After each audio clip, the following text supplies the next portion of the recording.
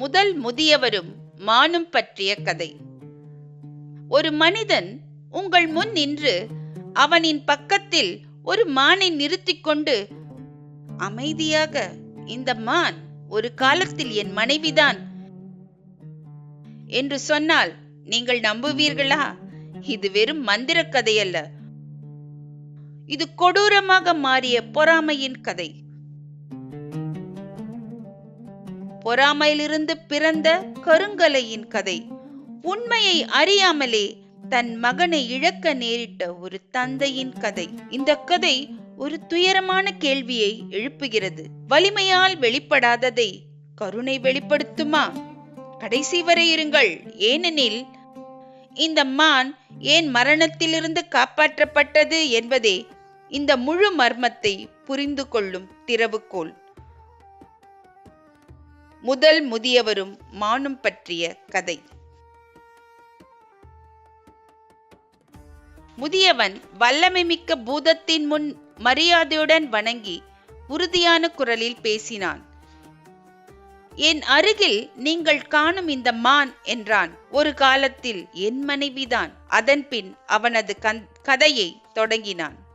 நெடு நாட்களுக்கு முன்பு முதியவன் தன் மனைவியுடன் மகிழ்ச்சியாக வாழ்ந்து வந்தான். ஆனால் அவர்களுக்கு பிள்ளைகள் இல்லை. ஒரு வாரிசை விரும்பியதால் தனது நம்பிக்கைக்குரிய அடிமை பெண்ணின் இளம் மகனை தத்தெடுத்து அவனை தன் சொந்த மகனாக வளர்க்க முடிவு செய்தான். முதலில் அவனது மனைவி அதிருப்தியை மறைத்தாள். ஆனால் அவள் உள்ளத்தின் ஆழத்தில் அடிமை பெண்ணிடமும் அப்பாவி குழந்தையிடமும் பொறாமையும் வெறுப்பும் வளர்ந்தன. பையன் சுமார் 10 வயதாக இருந்தபோது முதியவனுக்கு தூர பயணம் செல்ல வேண்டிய நிலை ஏற்பட்டது. புறப்படும் முன் அடிமை பெண்ணையும் குழந்தையையும் கவனிப்பதற்காக மனைவியிடம் ஒப்படைத்தான்.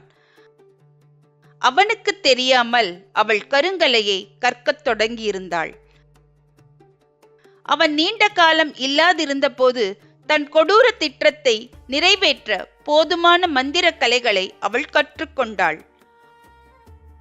ஒரு நாள் அவள் குழந்தையை தூர இடமொன்றுக்கு அழைத்து சென்று அவனை ஒரு கன்றாக மாற்றினாள்.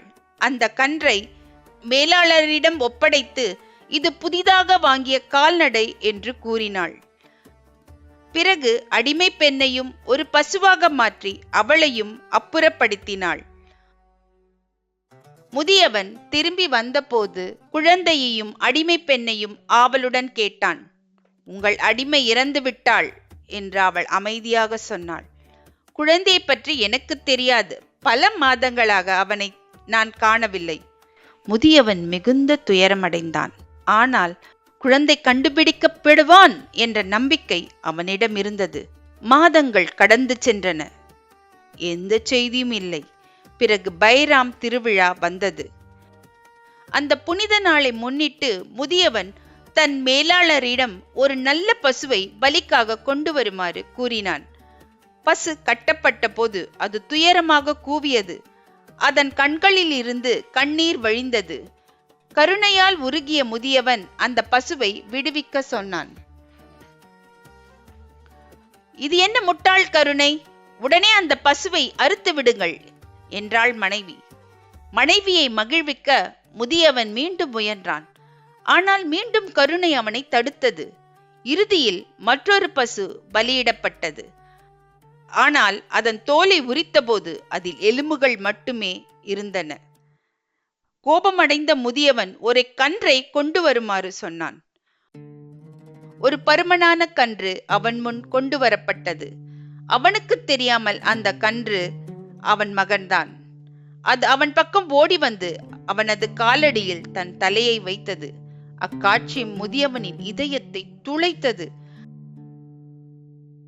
அந்த கன்றை அகற்றுங்கள் என்றான் உறுதியாக. இதை நான் பலியிட மாட்டேன். இதை கேட்ட மனைவி கோபத்தில் கத்தினாள். இந்த கன்றை தவிர வேறு ஒன்றையும் பலியிடக் கூடாது. ஆனால் முதியவன் தன் முடிவில் உறுதியாக இருந்தான்.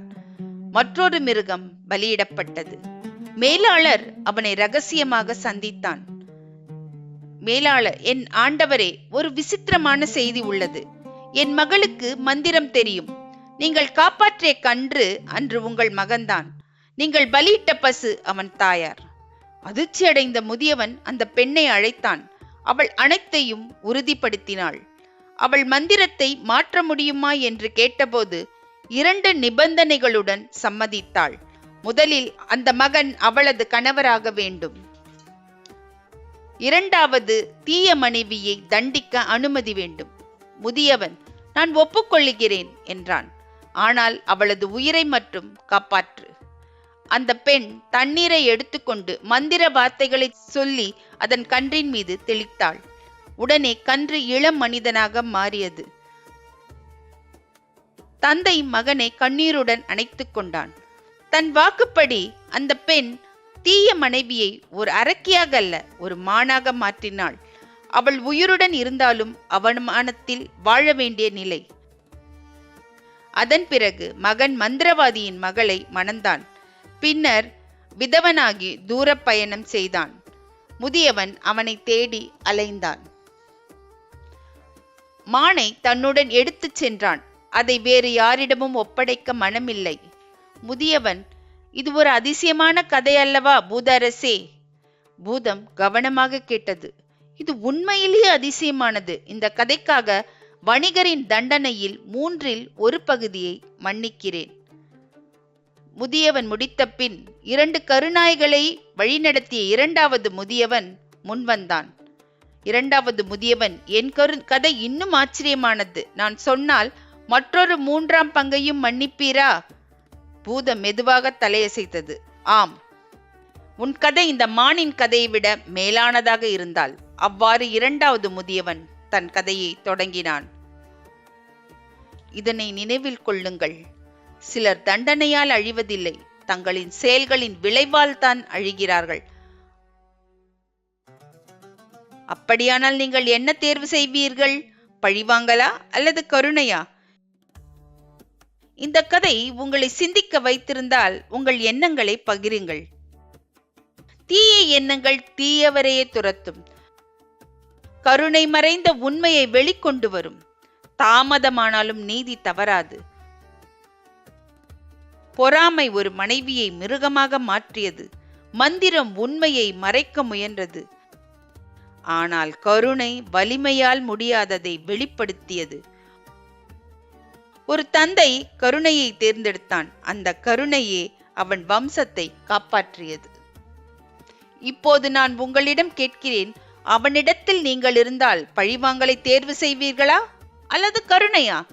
ஏனெனில் சில நேரங்களில் நீதி சிங்கம் போல் கர்ஜிக்காது. அது கருணையாக மெதுவாக கிசுகிசுக்கும். இந்த கதை உங்கள் மனதை தொட்டிருந்தால் உங்கள் கருத்துக்களை பகிருங்கள். அடுத்த கதை இன்னும் ஆச்சரியமானது. நன்றி.